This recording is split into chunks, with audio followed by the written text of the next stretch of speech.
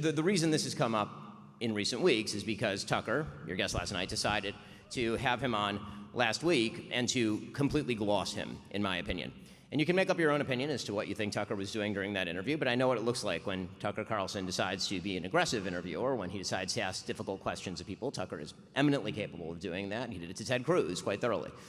But he decided for any number of reasons, and I try not to attribute motivations to people, that he was going to treat Fuentes with kid gloves, that he was going to not ask him about any of the things that I've just mentioned, literally any of them, and to essentially normalize Fuentes, act as a sort of gateway drug or as what I've called Tucker, as an ideological launderer of bad ideas over the last couple of years.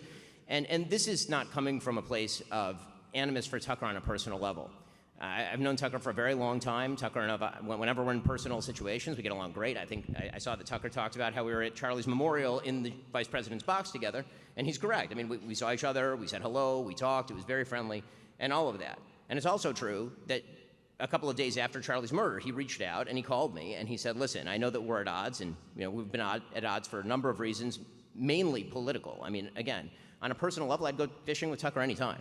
The real question is, for me, I got into this business because I care about the ideas and I care about the ideals.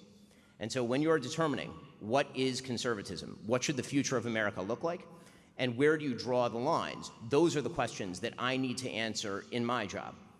For me, my business is really not about friendship. I have lots of friends, people who I love, with whom I disagree on politics and don't believe they should be leaders in the conservative movement, for example. And that to me is the real question. In any case, Tucker reached out. He said, we've had a bunch of disagreements, and what if we could put those aside and align toward the DSA in particular, is what he mentioned. And I said, Tucker, you're totally right. Let's do that. That would be great. In fact, the TSA? The DSA, the Democratic Socialists of Why America. the TSA? How did that bring you together? The Democratic Socialists of America. And the reason I know. Yes, and the reason that I'm taking out TSA my only phone divides people. is because, yes, the reason I'm taking out my phone is because I don't just, I like to evidence what I'm saying with, actual evidence.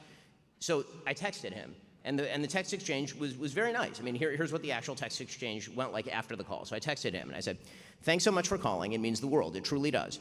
Should we do a show together talking about the DSA threat, Democratic Socialists of America threat, and orienting in the same direction? Happy to do whatever it takes to bring everyone back together for the fight that matters. And Tucker then wrote back, thanks, man. I appreciate it. I'm going to spend the next week or two thinking about how to be most effective. The country is clearly on the brink. I reached out repeatedly after that. Nothing happened.